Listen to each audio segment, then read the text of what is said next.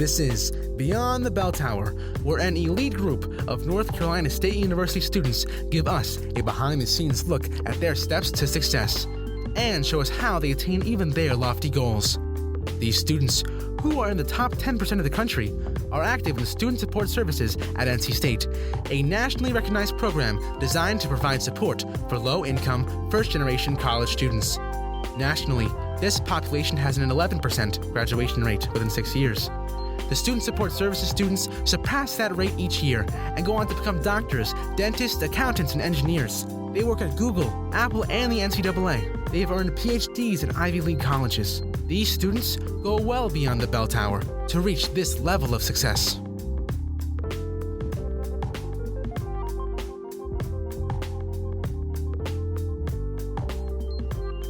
I am excited to talk to Etienne Phillips. He is a TRIO student. So we are excited to talk to you today, Etienne, because you just finished some exciting things this summer, which we'll talk about. But I also want the listeners to know that there are going to be a variety of topics today, and where I'll say that you put in one of your essays for the different programs and scholarships that you had applied for is that you would actually like to be a quintuple major, if that was possible. That sounds like me. Yeah, there's no way we're going to be able to have a conversation with you where it's not going to be potentially all over the place, which makes it more exciting.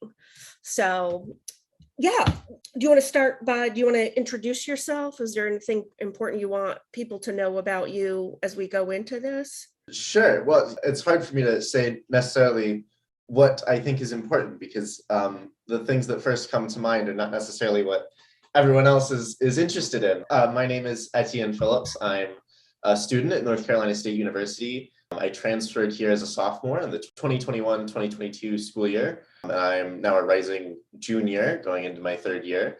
I'm majoring in mathematics with a minor in philosophy.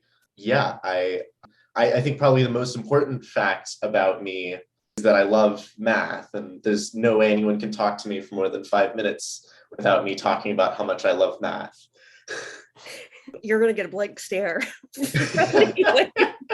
think I had to Google how to do fractions when my kids were doing it. I mean, it just is, that is not where my mind goes. I entirely blame K-12 education. I think it's terrible for a lot of reasons, but especially for mathematics. I mean, there's a famous essay by Princeton graduate Paul Lockhart about just how terrible math is taught in schools and how it's so much more than that. But I'll abdicate to you for now. The only thing I remember is I did a paper on like the mathematics of bubbles. Oh, and so that kind of took it. Yeah, it was just like, I could be weird with that. But anyways, so what did you do this summer? So I went to Michigan State University to participate in SURIM, the Summer, let me see if I can remember what the acronym stands for, Summer Undergraduate Research Institute in Experimental Mathematics. So everyone's always so surprised that I remember that acronym. But yeah, so I was there for about 8 weeks from May 15th to just a few days ago, July 9th is when I got back. And I did mathematics research there. So I worked with 3 other undergraduates on a project, which, judging by the conversation up to this point, maybe I shouldn't go super in depth onto what we were doing, but there's a lot of people that will listen to this that's true. Well, the problem with mathematics is it's so dense. So even if you're an absolute expert in combinatorics, which is the field that we were working in, it would still probably take a good while to like explain any in depth. But I guess the essential idea is that I hope, are you familiar with the Fibonacci numbers? No, but other people are. So we'll put a disclaimer. If this conversation is going to make you feel bad about yourself, meaning the listeners feel bad about themselves, is like, oh my gosh, you can forward a little bit. But for those people that are interested, which I'm sure there will be. The Fibonacci numbers were discovered by a mathematician. He is Italian, His name is also Bonacci. It's not Fibonacci. That was later ascribed to him by future writers. But he discovered this number sequence, and it's a really simple idea. You start with 0 and 1, and then you get the next number by adding the two previous numbers. So 0 plus 1 is 1, 1 plus 1 is 2, 1 plus 2 3, 2 plus 3 is 5, 5 plus 3 8, etc. Mhm. And so what we did was we extended this idea to, well, it's already been extended by other people to polynomials. So they have similar recursion. So he designed this a long time, like for the basis of math. Oh yeah, When did this?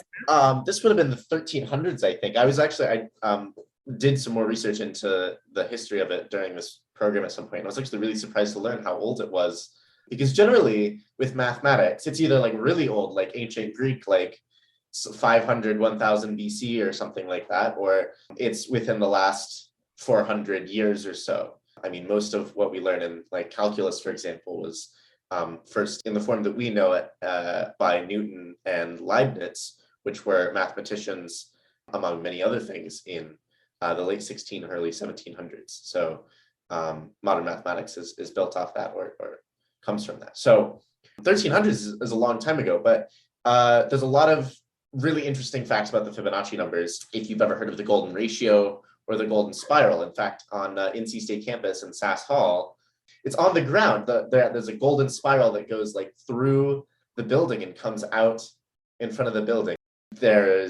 It's related to the golden ratio and Fibonacci numbers in ways that would be lost if I were to try and describe it verbally. But anyway, without me getting too into the weeds on those, there's a family of related polynomials to the Fibonacci numbers, and we essentially extended that. So they were polynomials in one variable, and we studied what would happen if we extended those to an arbitrary number of variables.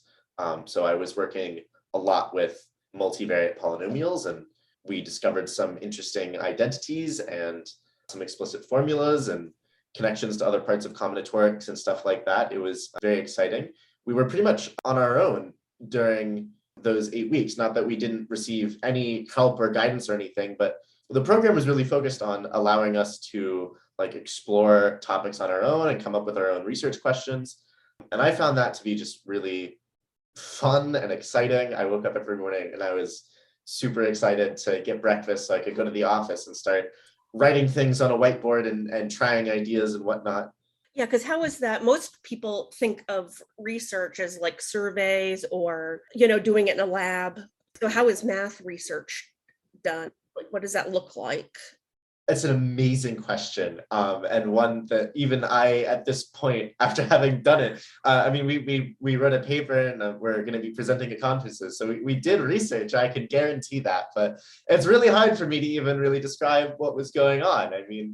There's a lot of, a lot of research, the scientific research process of you hypothesize and then you experiment and you test and you see what happened and develop ideas or these sorts of things, still happens with mathematics, but it's not an experiment in the way that you might think of.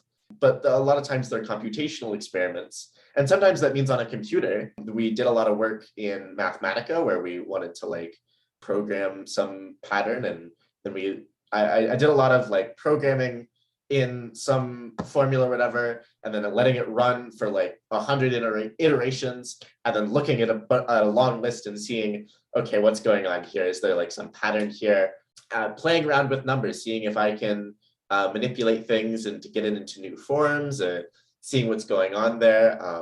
Our very first result came, first idea came when I read a paper that described how matrices could be related to these polynomials in some way. And I was like, I wonder if we can do that with more variables. And so I fiddled around with it until I figured out how to make it work with more variables, which was a lot of just like testing things and seeing if I could figure out exactly like, why is this true? Like maybe I understand how to prove that it's true, but like on a really like fundamental level, why is this true? And why might it be true in some broader sense? And so I did a lot of playing around with that. And eventually I got it to a place where it worked, like the matrix identity worked.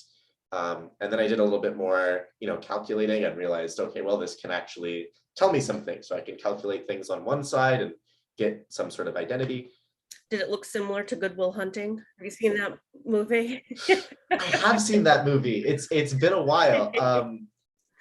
I mean, you spend a lot of time being stuck. I think that depending on what other research program you're thinking about, that may or may not be true.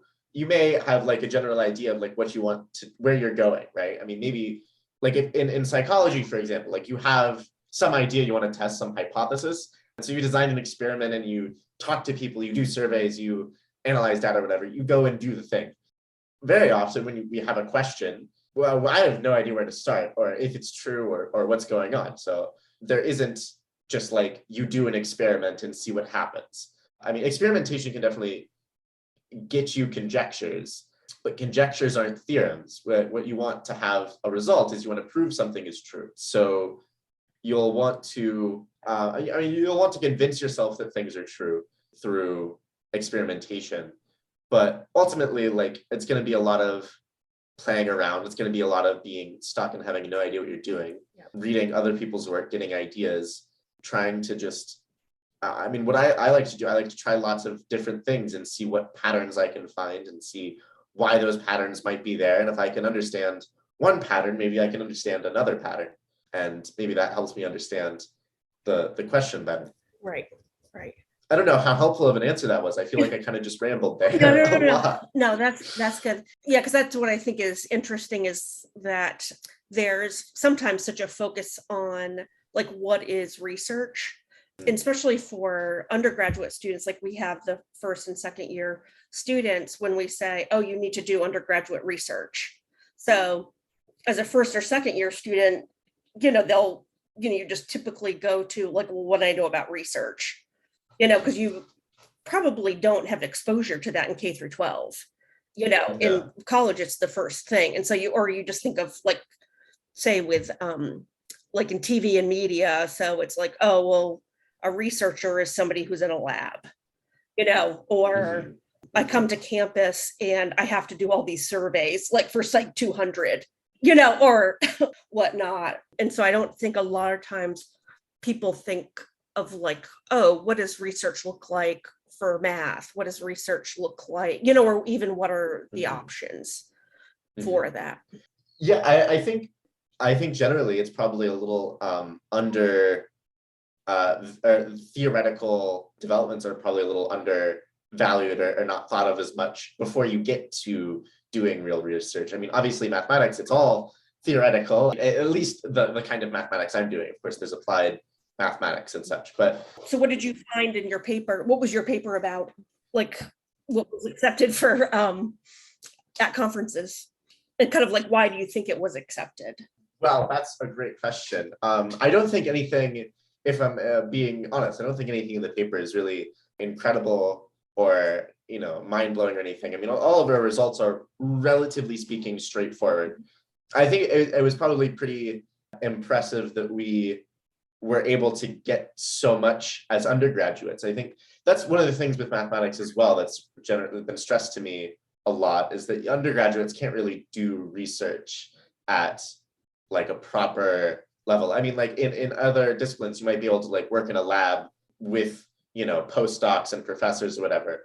But really, I mean, you have to really carefully choose problems and topics. And one of the problems that we were working on for most of the thing turned out to really be a little above our pay grade. The solution, we ended up being able to solve it with the help of a grad student, but it required knowledge of algebraic geometry, which none of us had any background in and would have never been able to figure out. But well, and that's the thing too, is research is 90% collaborative. Yeah. Where that's different from like homework assignment, where a professor would say you're cheating, but with research, it's like it has to be, or even collaboration makes it better.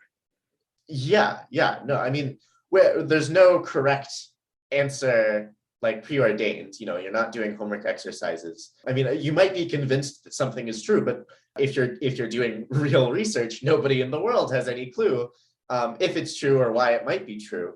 Right.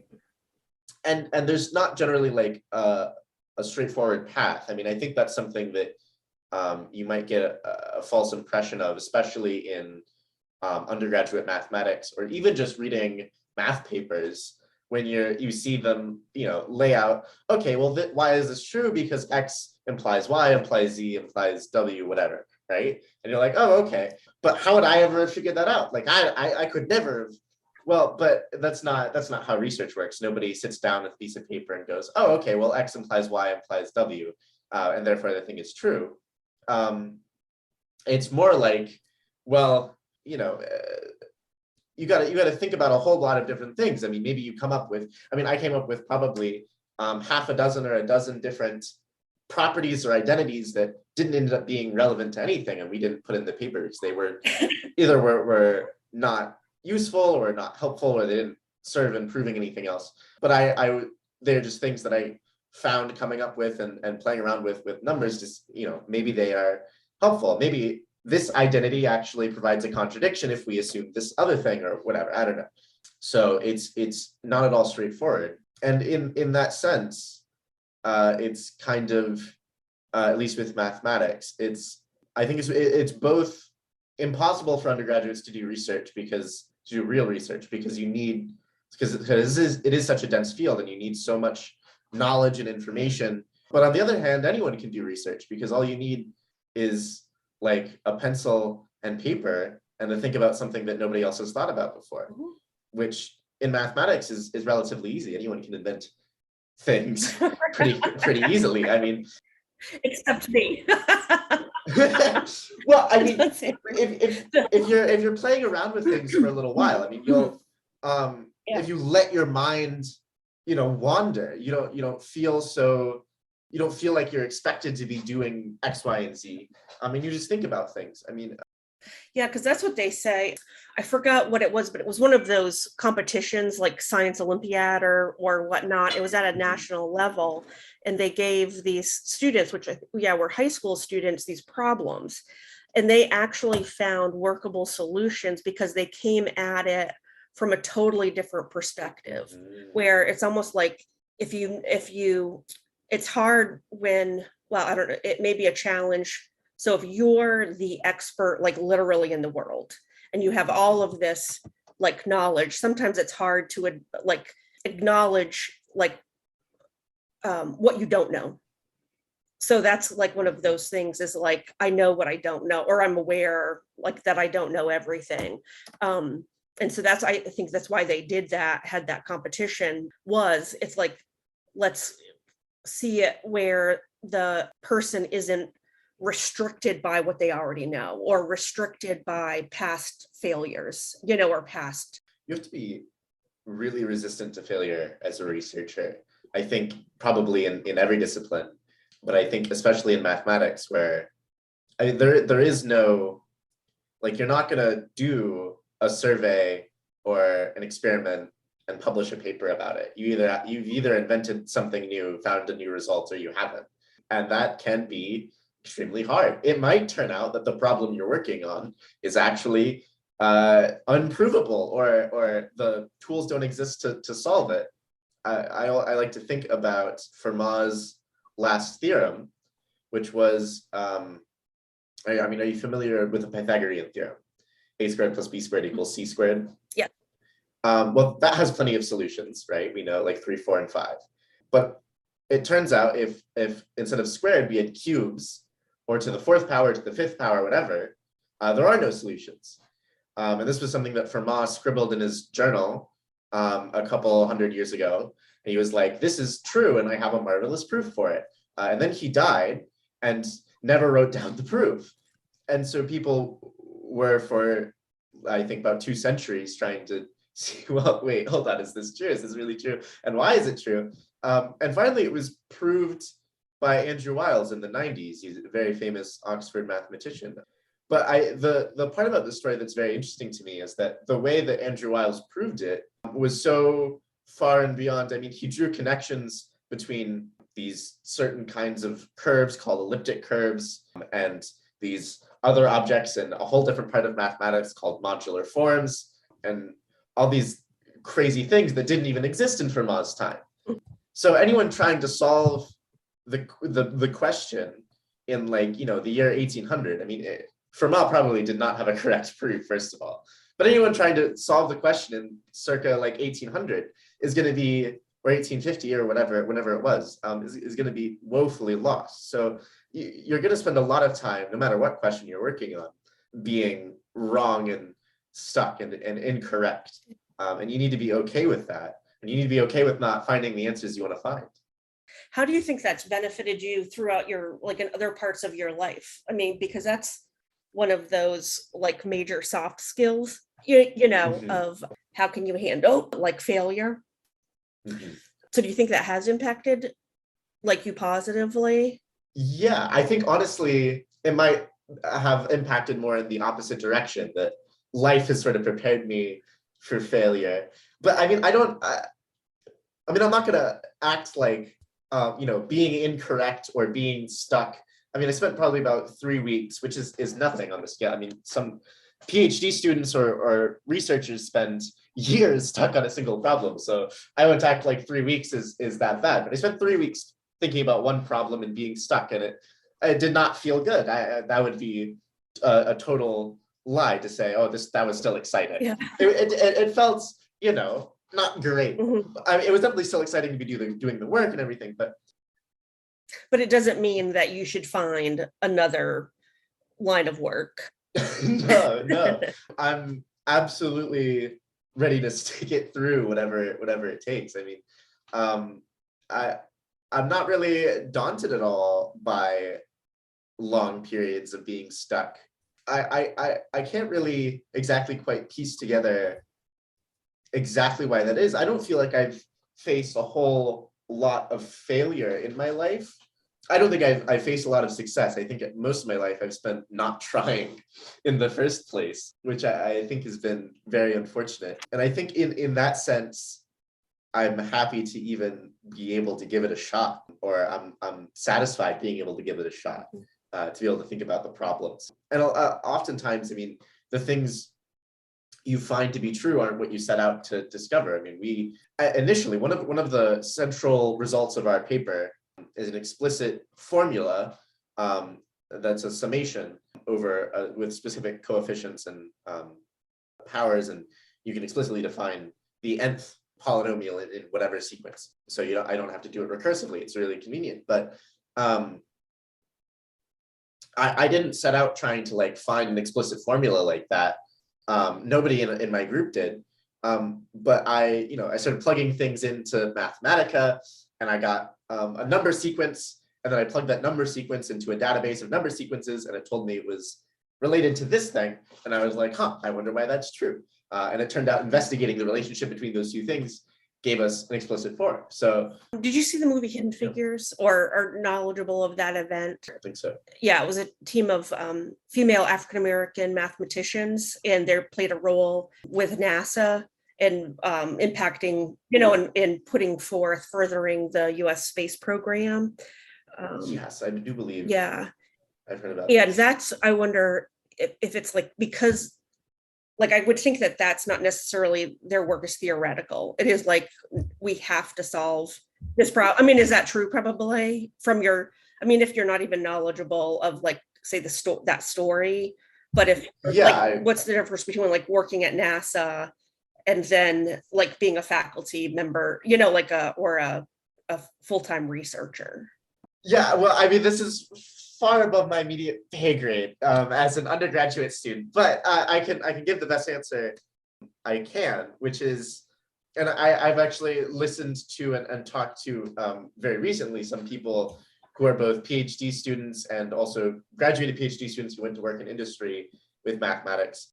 So in the realm of pure mathematics, it is possible to get a degree in industry, but you're probably not doing immediately pure mathematics. I mean, maybe you could like work in a national laboratory, but generally you're not going to be doing like pure mathematics research in industry. Yeah. I think it's almost, I like to say that it's startling to me that the mathematicians have somehow tricked the world into thinking that they do something useful. Certainly. That doesn't go along, where everybody's like, I'm never going to use math again in my life.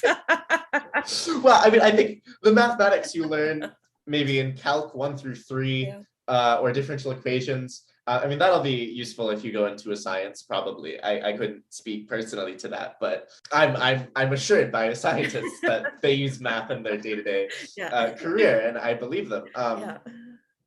And depending on what field of mathematics you're working, or field of science you're working on, it may be that pure mathematical results do imply things about the real world. That happens all the time, I'm sure, in physics and chemistry and such.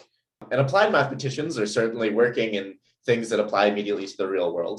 And pure mathematicians, I wouldn't say, don't get me wrong, pure mathematicians have certainly made contributions that are indispensable to the real world. I always like to think about Fourier, who's a French mathematician from the 1800s. And his work provides like the basis of like how our like phones can communicate with each other. But he was not interested in like making phones communicate with each other because he lived in the 1800s. He didn't know what a phone was. Right. And he was just like, hey guys, look at what I can do. I can turn a sine wave, like any given sine wave, into and decompose it into its individual pieces. And now we use that to, decompose radio waves into individual computational pieces, which, phones now turn from radio waves into sound or whatever. That's probably inaccurate to some extent. So, oh no, I'm not. But you get the idea. I mean, so pure mathematics at its heart is not about doing anything really useful. It's. I mean, if someone asked me like why would anyone be interested in Fibonacci polynomials, I have absolutely no response for you other than I think they're quite neat. I think these are cool. I think it's interesting. I don't know. I found some cool facts that nobody else had found before, and I think that's cool. I can't exactly tell you what it is. It's not like someone's about to use this to go to the moon or something. Well, yeah, you never know what you're gonna. You never know. Yeah. What I thought was interesting is in the previous discussion, you had said that you're kind of like not trying in the first place was like I say, a theme in your life. And what's so interesting is that you're doing so much here. Like you did a TED talk that we'll talk about. You were involved in a math competition. You joined TRIO. You're in the honors program, and you're working 3 jobs, or something like that. That's an exaggeration. Yeah. But well, no, I was just gonna say is like, what's different, now in your life? Like that's a really good question. Yeah. A lot of it is probably, well, it's deeply personal. Not that I won't talk at all about it, but I'm not going to go super in depth. But no, just share what you're comfortable with. I mean, I'm very open, so I'm not really concerned about it. But I would definitely say mental health has been a huge part of it. I think it's almost strange talking to the people in my life before I moved to Raleigh to go to NC State. One of them describes me as Etienne 2.0 now because I was just so different. I was so alien to what they had known to be me. But yeah, I mean, I was, for most of my life, I think I was pretty terribly depressed. I wasn't very happy, to put it very bluntly. I didn't come from a very good, supportive home or a place where I was encouraged in any sense, least of which academically. I think about this a lot, honestly, that I showed some aptitude when I was younger in elementary school for mathematics and for other things, I think. But it was never encouraged to me to pursue any of these interests. And I went to elementary school in Chapel Hill, which was, I have the impression, is very high quality public schools. And then I ended up going to Asheville, which for middle and high school, which I was also homeschooled for a little bit, which was not very conducive to anything really. And there, I think there was even less of a focus on academics, and there was a lot more. I mean, I didn't really have any peers that were particularly interested in anything academics related. And by the time I was graduating high school, I did know people that were going to college, but a lot of my personal friends weren't going to college. And I want to stress that there's nothing wrong with that. I think there are actually probably a lot of people that go to college that could take some time, that could benefit from taking time off or not going. I think, I don't necessarily, and on the other hand, there's a lot of people that don't go that I think absolutely should. I think it's a very personal decision, and I don't think it should be the immediate default choice for everyone anyway. Right. But I wasn't really around people that were very motivating to me, or that nobody ever told me, hey, you're kind of good at this math stuff or whatever. And I didn't really, by the time I was in high school, I didn't really display much of that aptitude either, because it was essentially like, get at least a B and you'll be fine. And I could generally do that without really trying very hard. I didn't generally have to do all of the homework or study. I never once in my life studied for a test until I got to NC State. And now I study extensively for every test. I spent like 2 days studying for my analysis test last semester. But that was never necessary or encouraged. Mm-hmm. I was often asked, my high school liked to do this thing where they have conferences. Well, I'm sure it's not unique to my high school. They have conferences between a student, a teacher, and your parent. And the whoever I was doing that with would always be like, okay, so how do you plan on improving? And I was like, I get like at least a B in all of my classes. Why do I need to improve? Like, what's the point? Or, people would suggest, hey, Etienne, why don't you take an honors course or an AP course? And I think I took AP courses when they were available to me, but I wish I had taken more honors courses. And I wish I had cared more about school. I wish I had someone telling me how important getting an education was, and how useful it would be, and how much I would regret not spending more time thinking about that and caring about that. I'm sort of, especially when I've been around other high-performing undergraduates in the research program, they all have like such fantastic high school educations, and they have a much wider breadth of knowledge. I mean, I think I know quite a bit about mathematics, but I don't even know that much about math really, as far as math people go. And I only really started learning really anything last year when I came to NC State. Because I did the same thing my first year when I went to Guilford College as well. As I just sort of was like, okay, like I guess I'm here. Like I had to go to college. I didn't really have an option. I had to get out of where I was, and I was either going to join the military, which I certainly was not going to do, or I was going to go to college somewhere. And I just kind of picked a college at random. And I didn't really know what I was doing there. I think by that time I knew that I kind of liked math, but I was just kind of doing whatever. And I was still in a situation where I didn't really have to try very hard to do well, nor was anyone really encouraging me to do well. And that is so common with that story. Is with our trio students. We have another podcast episode with Star Gibbons, who's like a hero on campus, one of the top undergraduates. Like the chancellor wrote her recommendations for law school. Wow. Okay. Like that's yeah. And so she just applied to NC State because a lot of other people were in her school. Like she didn't research, she just was like, oh, okay, this is what I'm supposed to do.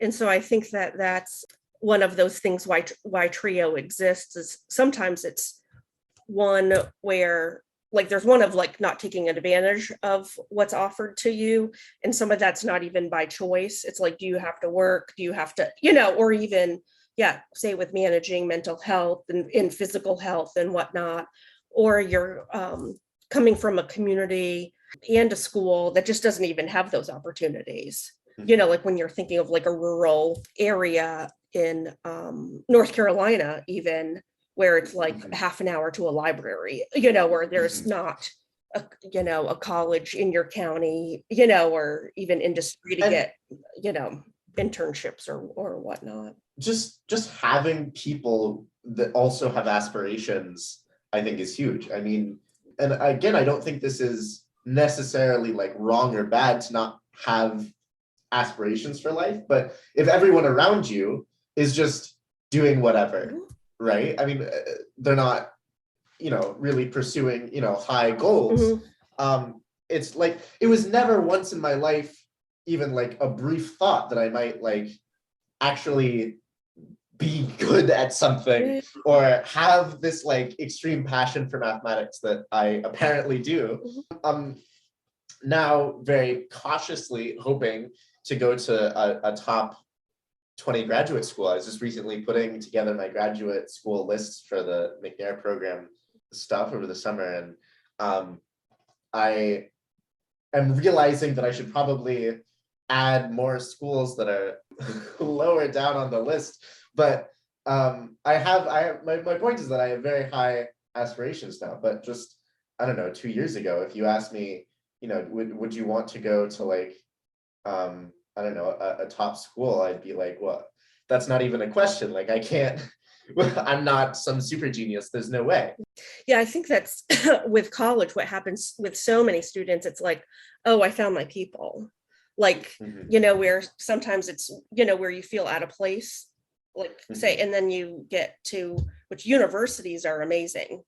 You'll never be in such an area with like the people, who are from all over the world and who have all of these different passions and skills and student organizations and, being in a small community of, or a community where it's 18 to 22 year olds, and so there's like, say for North Carolina, like NC State has more in a 10 square mile radius than any place, in North Carolina. And so it's hard to not, have been like, oh, like this is where I'm meant to be. And just like having someone tell you that like, these things are options. I mean, I guarantee you, I had a friend that heard that they really wanted to go into forensic psychology or I think it was forensic something. And they wanted to do this at WNCU, Western North Carolina University, I think is what it's called. And I remember they got in, but they would have to like get federal loans and they didn't want to do that. They thought that was like too much of a risk. Yeah. I realized that like, I think if they had been, I don't think much of her family had really strongly encouraged her to like go to school. Certainly not our school super strongly encouraged her. Because really what's much more important than, I think our school really tried to tell people to go to college, but it's much more important what, your actual peers are saying and doing and what your peers value. I don't think anyone was impressed that I got good grades on a math test. Nobody cared about that. Yeah, when I went to college was the first time I was told I was smart by a and it was by a faculty, so obviously like I remember that moment, like I remember where I was like in that building, and everything. And so that's common, where I have an experience kind of like that. I wouldn't say it was the first time I was called smart, but I was in a meeting with the professor. I'm actually about to have a meeting with him later this afternoon. I was in a meeting with him and I was asking him questions. It was actually, I was going to office hours. I hadn't asked him to do research or anything, but I would go on to do research with him this past semester. I was in office hours, I was asking questions and he interrupts me in the middle of one of my questions and he goes, "Are you going to graduate school?" And at this point, this is my first semester at NC State. I have taken 0 rigorous math courses before this semester. Honestly, I hadn't even really taken any. Like none of the courses that semester were particularly high-level math classes. So I was like barely, but I knew that I loved math at that point, and that's what I wanted to do. So I said, yes, I want to go to graduate school. And he is like, fantastic, please do. You are asking the right questions. You have the like curiosity or something like that. And I will remember that for the rest of my life because that was the first time. I had to sort of find my motivation, my desire, my love in my own time, which I think luckily is becoming more and more possible. There are a lot of online educators, people who love math and want everyone else to know how cool math is and are talking about it on the internet all the time. But that was the first time that someone in the real world was like, you should do this. Like, this is a good idea. You can do it, right? Well, someone recognized your natural talent, or, and a natural strength. And a lot of times we can't see that ourselves, sometimes it takes another person to see it. And that faculty member saw your natural talent of curiosity, math. I still feel I sort of live in this cognitive dissonance where like I definitely have a lot of imposter syndrome. Mm-hmm. Because I don't feel like I'm really all that smart or all that good at mathematics. I think I like it a lot, but I don't feel like I'm all that good or that I have these things. But this is entirely in contradiction with objective reality. Like most undergraduate students probably don't. I mean, I think we were the first research group at Michigan State University to ever submit a paper before the end of the program. Yeah. And we were not the first research group to ever write a paper, but we were the first ones to write a paper so quickly and to submit it so fast. So we got a lot really quickly. And I of course, that was everybody in our group that was contributing to that. But I mean, very objectively, like I made contributions to a paper that were meaningful and good, but I don't believe it. Yeah. No, and that's the piece for people listening. We have too many episodes where people talk about imposter syndrome, and one of the best ones is Rashonda Breeden in season 1. We have that episode is one of the topics is her fear of applying for a PhD program. And then last summer I did another podcast with her and a trio student after she had graduated with her PhD, and her dissertation has won like national awards. And I think she won an award of like the top dissertation of her department like that year. Oh, wow. And so here, I mean, that's the thing is what would have happened like if she hadn't. And her dissertation was the impact of universities and colleges on African-American communities.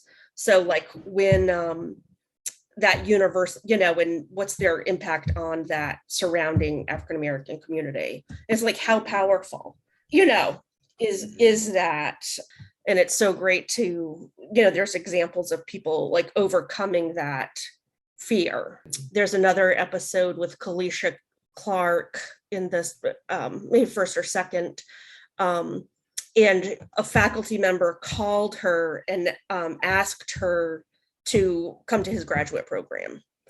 And I have to say, oh, wow. Because she didn't apply, and it took, kind of your similar situation. It's like, no, you need to, like, don't doubt yourself, it's, And with Starr Gibbons, she didn't think the chancellor was she didn't even dare ask.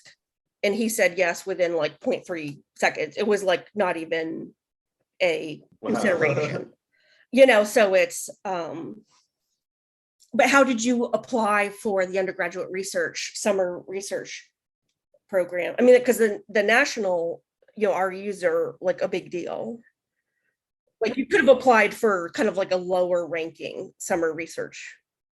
Well, I wouldn't say Michigan State is like a number 1 ranked or anything like that.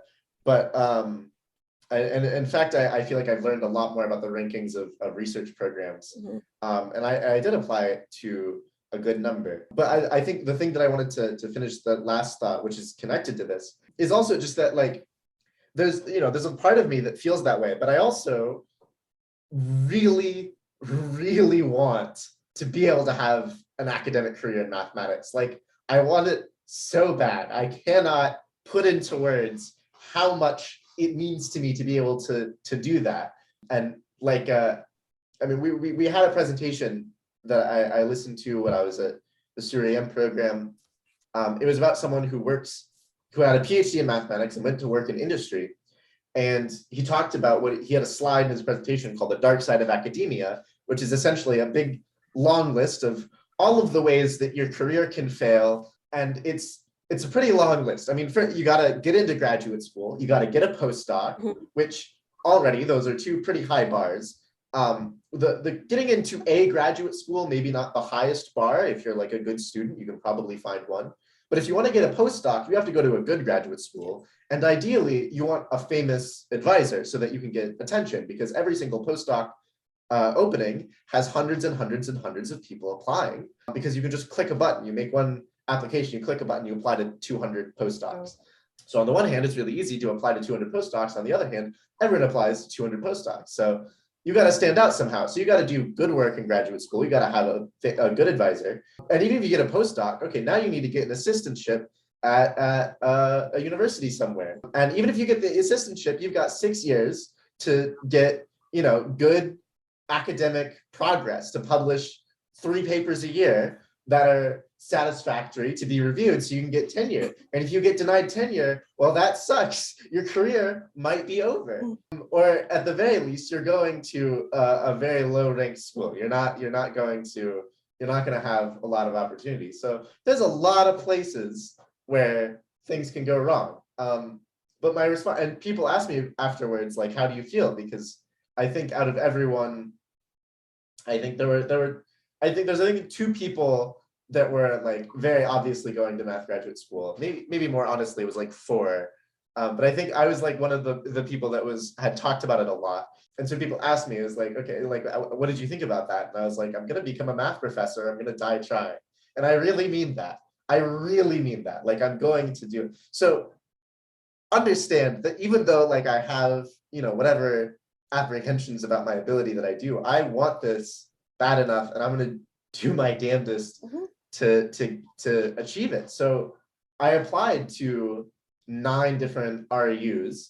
And I remember I told my honors advisor, she was like, how many REUs did you apply for? Where did you apply? I was like, oh God, I applied to like 9 different places. I don't even remember them. And I some of them were very prestigious. I applied to MIT and I applied to Yale, and I didn't get in. Yale never even responded to me, which was a little offensive. You could have at least told me I didn't get in. But and out of the 9 places, I got only a confirmed offer from Michigan State, and I got maybe a sort of an implied offer from one other place. But so I mean, I guess the point is that I applied to a lot of different places because, gosh darn it, I'm getting into an RAU. Like, this is what I got to do if I want to get into a top research program. I got to get research experience. If I'm not already talented at research, then I need to get talented, right? I don't expect myself to already be a genius. I'm not, and I don't think I ever will be some super incredible genius, but like everything, research is a skill you can learn. So if I'm not already going to be a good researcher, then I need to get good. And that means doing research. That means getting practice. That means getting mentorship. So I got to go to an REU. I got to have that on my resume. I got to have that experience so I can produce good results, so that I can go where I want to go, so that in 6, 7, 8 years time, when I'm looking for a postdoctoralship, I'm like prepared. I can do it. I can write a thesis and I can get a PhD. So I have to do that. So I'm going to apply to all the places I possibly can, and I'm going to get in somewhere. And I explicitly targeted places in applying. I applied to some high-level places, but I also targeted places that said explicitly, we're looking for people that don't have a lot of experience, that don't necessarily know what they want to do, that are from maybe underprivileged backgrounds or these sorts of things. So I think increased my odds in that sense. I'm not exactly sure what it was that got me into Michigan State, but I remember explicitly being told that secretly they kind of wanted to find people that didn't know what they wanted to do after undergrad. And I certainly didn't fall into that category. I was very confident in my personal statement, how much I wanted to go to grad school. So I'm not exactly sure what it was that they saw in me, but they saw something, and I think it came to at least some fruition. And I'm going to do it again this coming year. I'm going to apply to as many RU programs as I can, but I now have some more information about what good RU programs are. So there's a program at the University of Minnesota Duluth, which I had never heard of this university before. I had never heard of even Duluth before, just a few weeks ago. Yeah. But it is apparently one of the longest running, if not the longest running, undergraduate research program, and one of, if not the most prestigious research program. I mean, looking at their list of alumni, almost like 95% of the alumni that go to grad school go to a top 5 university: Harvard, Princeton, MIT, Chicago, Berkeley, Stanford. So now I know that's distractions in Duluth. So what? There's not a lot of distractions in Duluth. Yes, well, it's also run by someone that knows what they're doing when they're when they're mentoring. Yep. So what do you do to celebrate your wins? Do you tell people? Do you share it with others? Yeah, I definitely do that. I don't really like have go-to people to share. I'll share with my my sibling. I have a sibling that lives in Asheville, so I don't see them very often. But every once in a while, when something cool happens, I'll text them. When I got accepted to the YMC and to go to Ohio, I let them know. I was like, hey, your brother's going to YMC. And it's all paid for. Yeah. Mm-hmm. But yeah, I don't know. I kind of just keep going, keep living. Yeah. Because that may be something that you want to think about too. Because that's like some is what they say is like if you don't have somebody to do it for yourself. Like that always happens like with birthdays. It's like if somebody's not going to buy you a birthday present, like buy yourself. You know. I don't know how to celebrate. I don't know what do I do? Mm-hmm. I think probably one of my greatest weaknesses is honestly my lack of hobbies that aren't math. So when I need to take a break, I don't really have a whole lot of options. Yeah. Been watching movies recently, which has been fun. But yeah, it's almost something, just be kind to yourself, and say good job, whatever that is. Lex Friedman, was it goes to 7-Eleven and gets a big Slurpee or something like that, a big gulp. That's his. Like when he, that's wonderful. Yeah, that's what he does. I don't really like well, actually, I was gonna say I don't really like sweet things, but I think I do. I love sweet things, and that's why I don't eat them. I would probably eat a whole bag of Oreos if nobody stopped me. Once in a while. I'm not sure what you want to talk about next. If it's that you did the TED Talk, or your interest in being a public advocate for homeless college students, and then even when you were involved with Habitat for Humanity, like what motivated that? So I first got involved with Habitat for Humanity in, I guess it was my junior year, but I signed up for it my sophomore year of high school. And I was part of a group where we we were tasked with raising 1/4 of I think it was $55,000, and there were 3 other high schools that were also doing the same thing, and together we would have that money and build a house.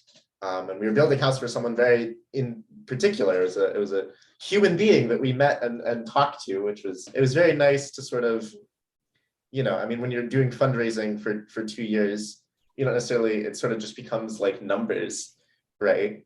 But then you're like, hang on, wait a second, there's just a human being that I've helped give a home, and that feels very good. But yeah, I think I initially got involved with Habitat for Humanity for very unvirtuous reasons, or maybe not anti-virtuous, but I was like, hey, this sounds like it could be fun.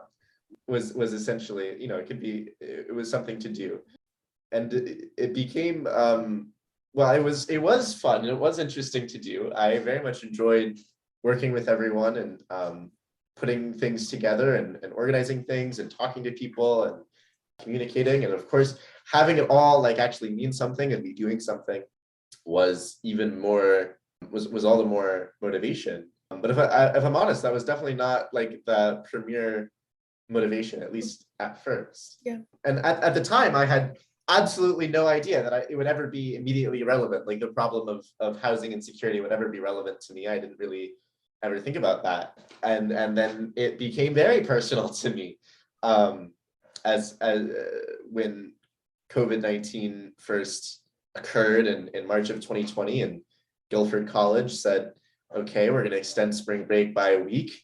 And then it was by a month, and then it was don't come back. And I spent a year in between when I went to Guilford and when I went to NC State, where I didn't really have anything to my name all that much. I had a little bit of money in savings and whatnot, but I spent that year very much figuring out what to do. And I wouldn't say I don't think I actually really figured anything out in that year. I think what I figured out is that I wasn't going to figure anything out, and I needed to get on with my life and do some math, because that's what was going to make me happy. And it turns out, I could have never guessed this, but it turns out it's actually easier, at least for me, to go to school than not. Like, I feel like, I mean, for one, I have financial aid helping me pay for everything, and emergency grants that I got that were incredibly helpful. I wouldn't be here today. I was actually just sort of realizing, looking at the money in my bank account compared to what the grants were, and realizing that I would have run out of money if I hadn't had the support that I got, the need-based grants and such. So in that sense, it's been easier, and being motivated and in pursuit of a goal has been wildly helpful. I mean, I never worked as anywhere near as hard I did ever in my life, but not during the pandemic at all, as I have when I was here at NC State. That's like, I think it was the History Museum here, and I know there's other places where they're like, oh, submit your story, like about the pandemic, or like just for historical, because this will be a historical time, people will be talking about this, for generations, just as we talk about, past wars and, all of those different things. And one of those things is like the impact on college students and higher education.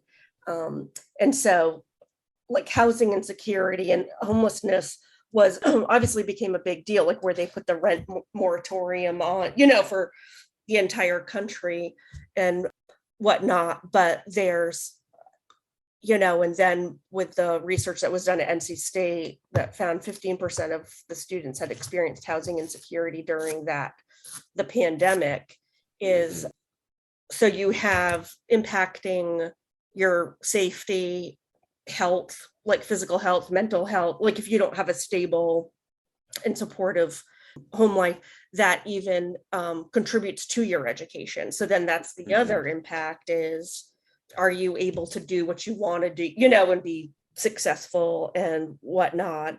And is that even recognized, like that impact on college students, where the traditional belief is that undergrads have family that supports them and their life is pretty good, of college. And even like you walk around NC State, or even seeing the housing that, and it's like, oh, well, you, and meal plans. And it's like, well, that comes at a large cost of, it's not cheap.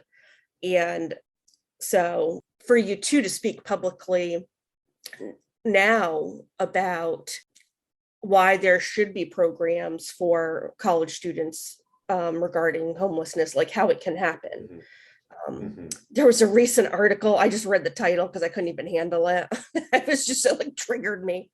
I had to like close my computer when I saw it.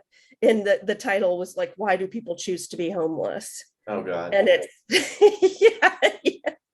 I have to, and so that's the thing too, where I've had people say, well, why don't they go home? Like, why don't they, blah, blah, blah, blah, blah, whatever. I had this interaction with a friend of mine when they were like, I don't remember what the context was, but I was saying like, oh, I need to like be working my job. Like, I don't have time to do this. I don't remember what it was, but I didn't have time to like add this extra responsibility or whatever.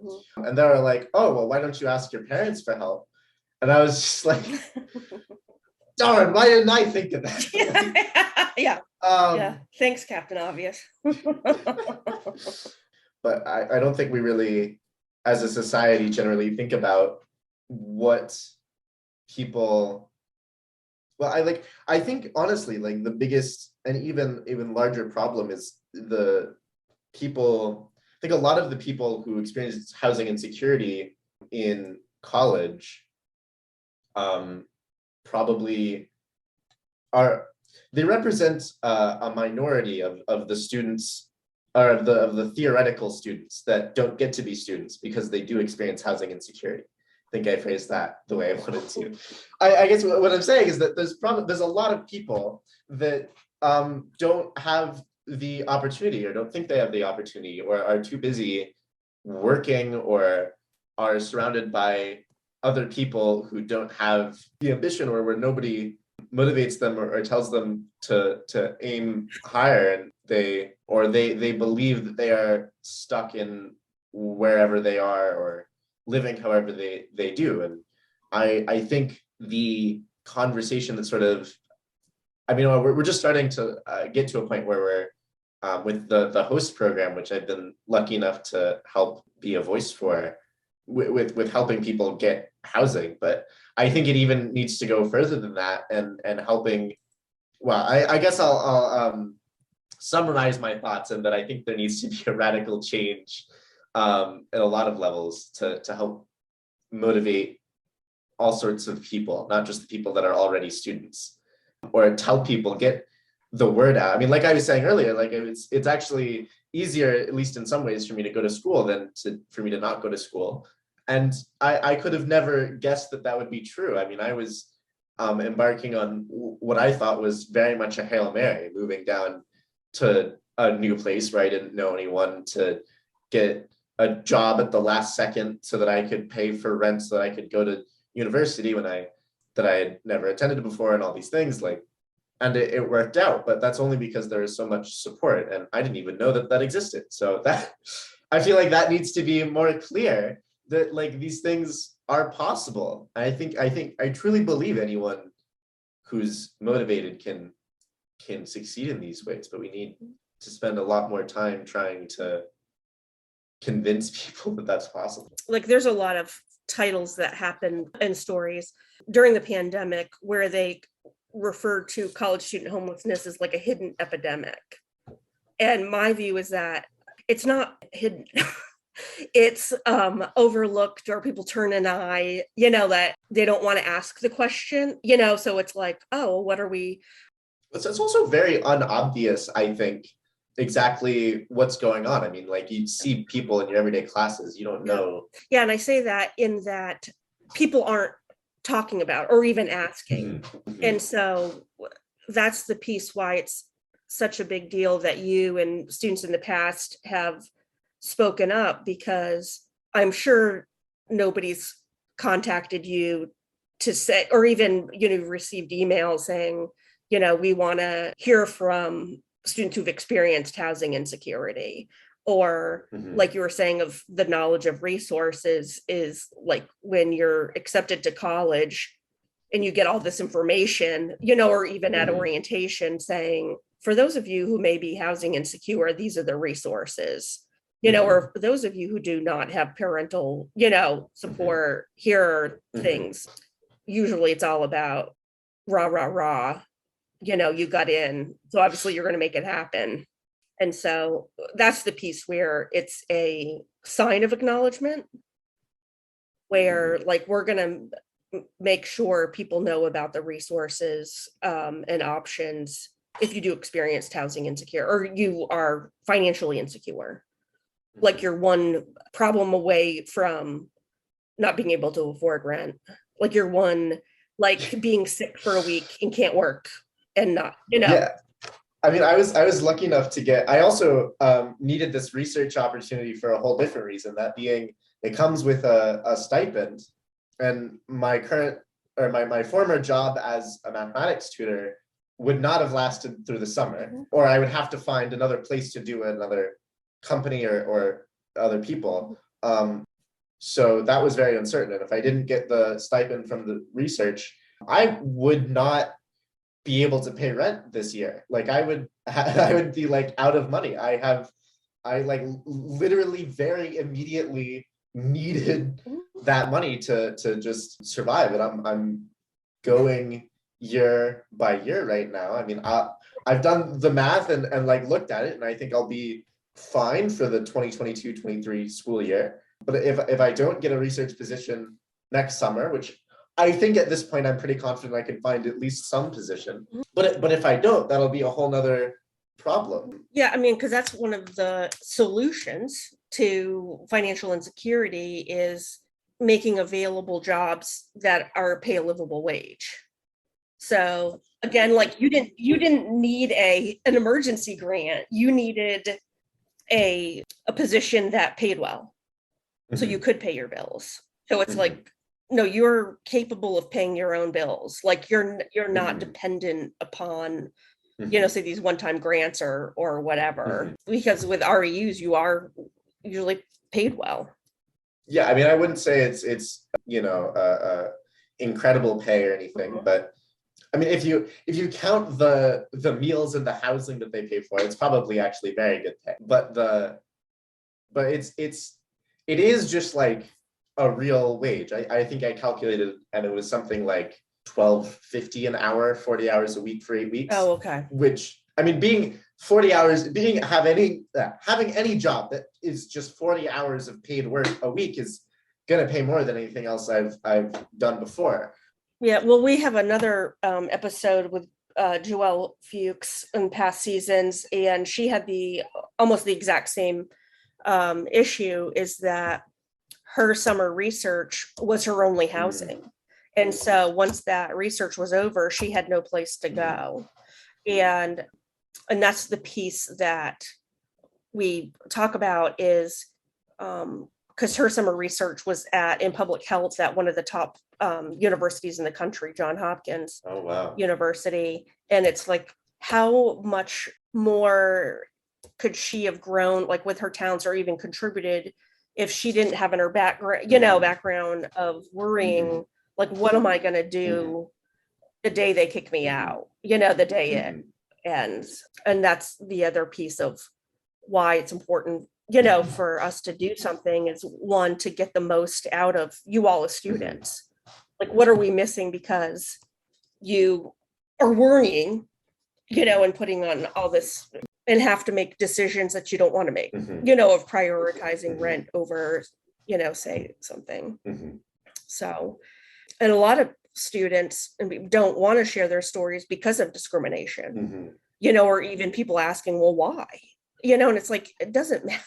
I've never even really like thought about that. I've found it strange because in sharing my story like now and like in promotion of the host program with some like news sources and things like that, everyone is always like, oh, thank you so much for sharing your story. And I'm just like, well, I just talked about my life for like an hour. Why is anyone listening? Like, I don't even like think about that. I don't know. I think I just sort of, I don't know.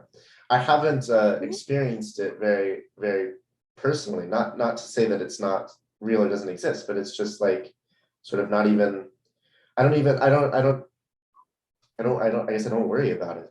I'm just living life. Yeah. Well, you just need to do it. Yeah. It's like, yeah, exactly. Yeah. Like, there's not a decision to be made. It's just like, I'm going to do it.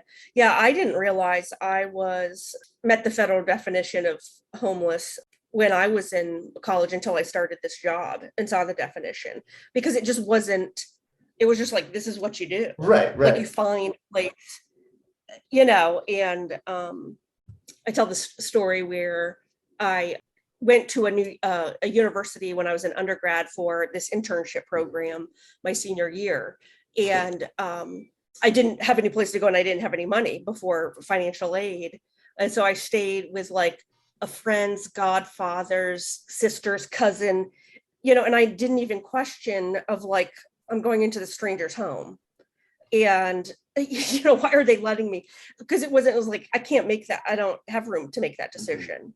It's just like, oh, I have some place to go, period. Not thought about again. I think about a lot how much I've been helped by the people in my personal life and people like you who have been mentoring and even like just a surprisingly large number of people, surprising to me anyway, who have said, who haven't necessarily like done something concrete, but have just said, if you need help, you can come to me. That has been so incredible to me. And I feel like pretty constantly like I'm at a loss to sort of pay it back. Maybe not exactly to them, but like I feel such a great desire that I want to do kindnesses like that, but I don't have the like physical, literal ability to do that. Like either too busy or I don't have the resources. I have no method to give someone a home or a meal or. Yeah, but you are. Like, you sharing your story is allowing the host home program to raise money, to bring attention, to get more people involved. So you literally will be providing homes for students you will never meet.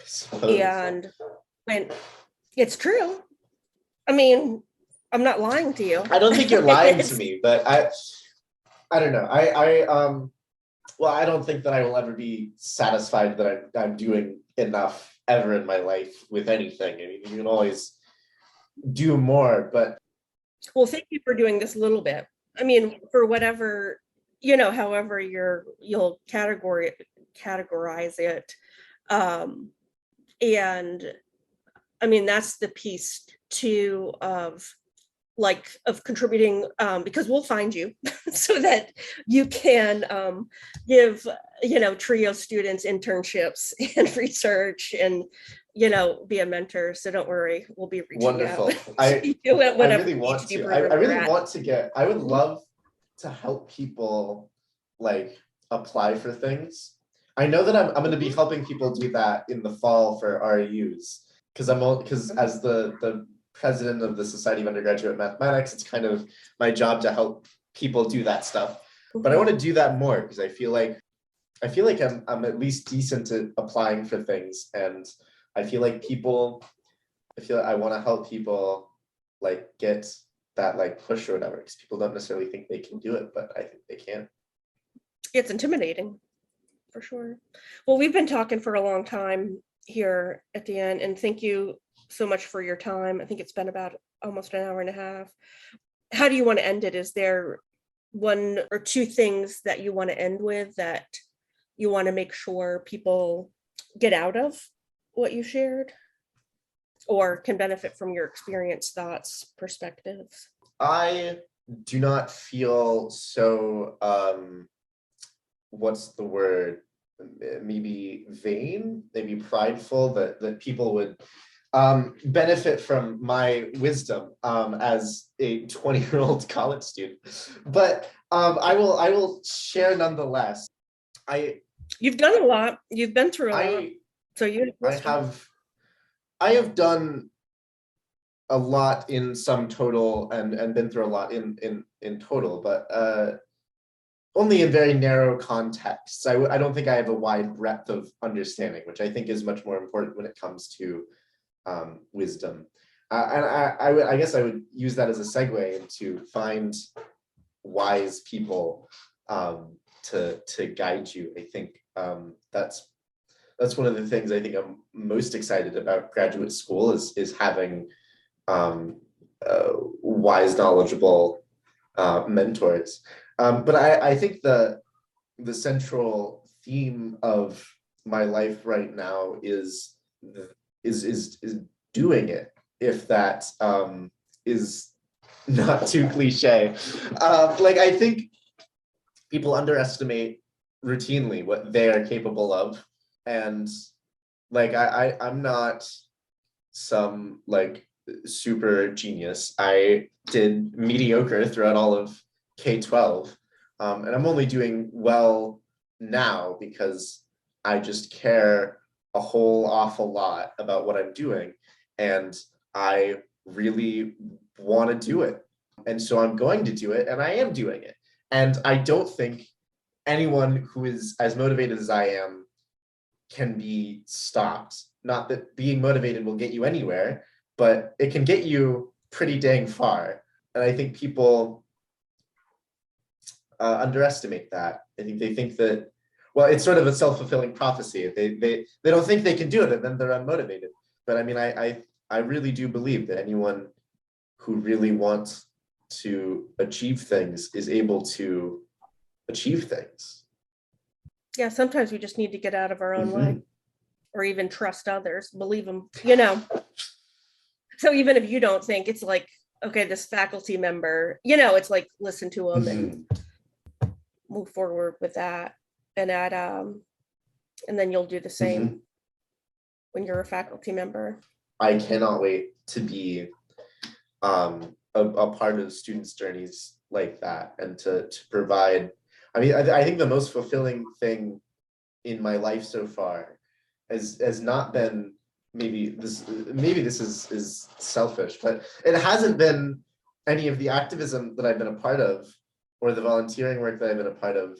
It's been teaching kids math and having them get excited about it, having them go from this is stupid and I don't want to be here to, oh, that's actually really cool and I can do this, and telling me that they felt excited about the things that I'm excited about, and that it has brought me to tears on numerous occasions, just how powerful that's been for me. And for the love of God, if you have any passion about anything half as much as I love math, don't let anyone stop you from doing that. I remember very distinctly on my way, I had a friend drove me from Asheville to Raleigh when I moved here. And on the way, they told me, oh, you don't want to do math. You should do something like computer science that's applicable to the real world. And on the one hand, they're absolutely right that math is unapplicable to the real world, but I'll be damned if I'm not doing math. Like, no, if you love it, you'll get paid for it. You know, I sure as hell hope so. Yeah, I mean, I followed my passion, and all I do is sit around and talk all day. Well, that is and get paid. That is wonderful. It's incredible. I mean, you really can. You really can. So many people feel like they have to do something. They have to study something particular so that they can get a job, or do something in particular so they can get money. And if that's what you want to do, if you just want to like work a 9-to-5 boring job that you can then have money and go do whatever with, then okay. But to me, it seems unbelievably depressing to just study something because you'll make money, get a job because it pays well and is stable. I could not imagine. Mm-hmm. Yeah, no, me too. Well, thank you so much, Dr. Phillips. A little preemptive there. No, it's not. You have to, what is it? Anyways, I'll manifest it. Yeah, the hip term nowadays. Okay, yeah, thanks so much for your time.